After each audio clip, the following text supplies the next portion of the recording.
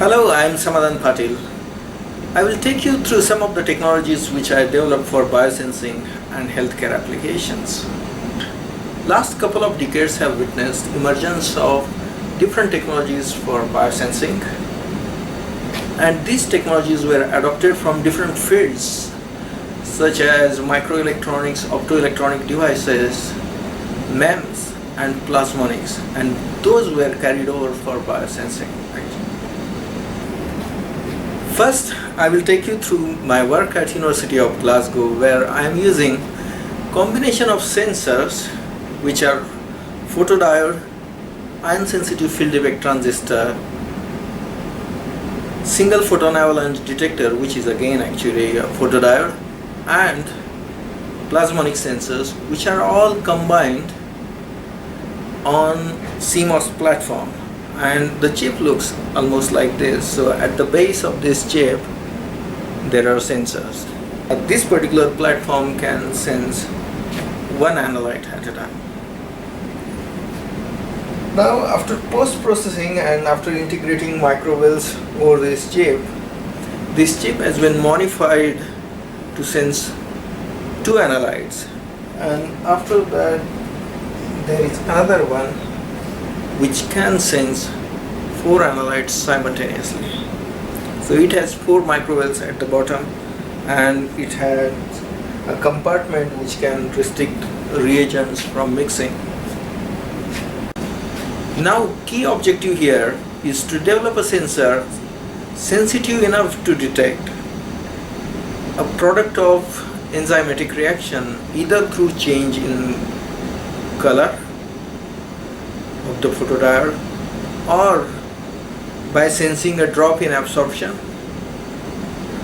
or by sensing hydrogen ions or charge. Now, first challenge here is to design enzyme based assay in such a way that it can produce a signal which could be sensed by the sensor or a detector.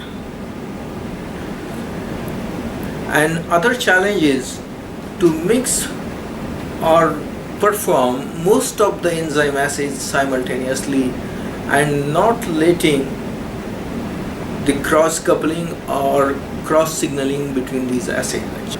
I can detect xanthine, which is indicative of ischemic condition in cardiovascular diseases, triglycerides and cholesterol, which are responsible for development of cardiovascular diseases again, and we can detect glucose in clinically relevant concentration.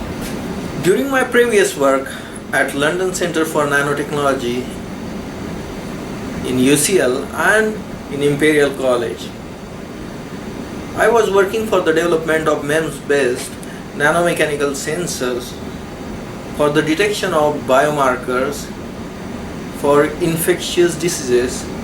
In this case it was HIV. So the aim was to detect really minutest concentration of biomarkers for HIV which are really in less concentrations in early period of infection. And apart from biomarkers for HIV, we are also looking for the biomarkers for bleeding disorders and also monitoring efficacy of antibiotics on different types of bacteria. Here main challenge was to design and fabricate nanomechanical sensors which are extremely sensitive, capable of picking up lower concentrations of biomarkers. And another challenge was to design a surface chemistry and implement algorithms for surface functionalizations capable of picking up only biomarker for HIV infection. Here we finally managed to detect a protein biomarker called GP120, which is released by virus as an envelope protein down to 500 femtomolar concentration, which is many orders less than when we perform exactly similar measurements on gold standard technique such as surface plasmon resonance. There is another interesting aspect of surface functionalization which we addressed during development of these sensors. Most of the nanomechanical sensors actually, they need to be selectively functionalized on a sensing layer or top of the sensing layer, and bottom surface of these nanomechanical sensors or microcantilevers, it has to be passivated so that sensing reaction occurs. Now, most of the time we used to passivate bottom surface using PEG silane and perform our sensing chemistry on top.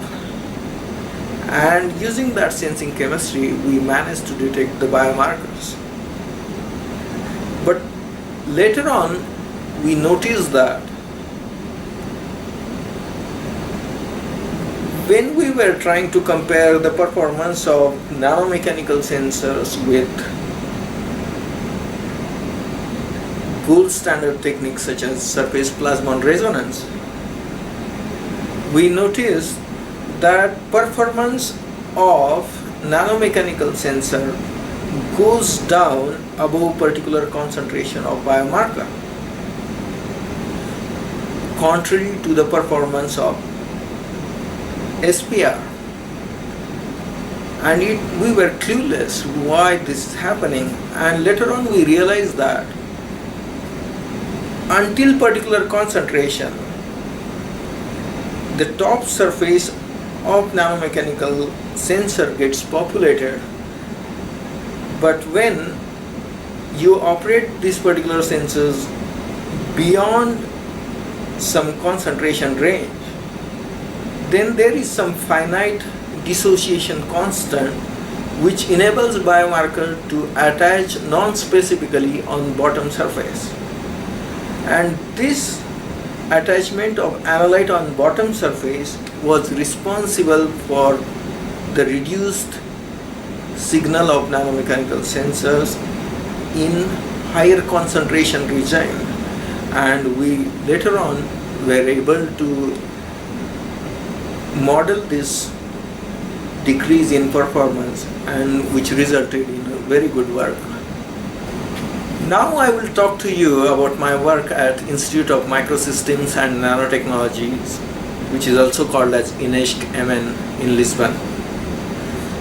Here main aim of my work was to develop MEMS at lower temperature in the range 100 to 250 degrees Celsius. Imagine, conventionally most of the MEMS fabrication is done at 900 degrees Celsius, and my intention was to reduce this processing temperature from 900 to significantly lower, very close to 100 degrees Celsius. The main intention behind reducing MEMS processing temperature was to make this process CMOS friendly and CMOS compatible, so that MEMS can be processed on top of CMOS chip rather than putting MEMS chip side by side to CMOS chip. And other intention was to make this processing friendlier to other sensors such as magnetoresistive sensors. These sensors actually they don't survive beyond processing temperature of 200 or 250 degrees Celsius. So it would also make it possible to fabricate MEMS on a same chip where magnetoresistive sensors such as spin walls or tunnel junctions are sitting.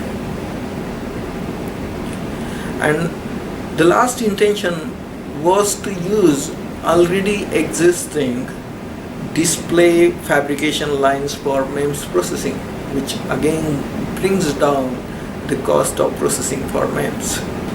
One of the most interesting and complicated device which I fabricated here was combining MEMS based device or MEMS with spin wall or tunnel junction, and that was for detecting ultra low magnetic field in the range of picotesla. After combining the processing in early phase, we used to observe that either MEMS would survive and spin walls they wouldn't exist at all at the end of processing, or we would have spin walls or tunnel junctions, but there won't be a MEMS devices at the end of processing.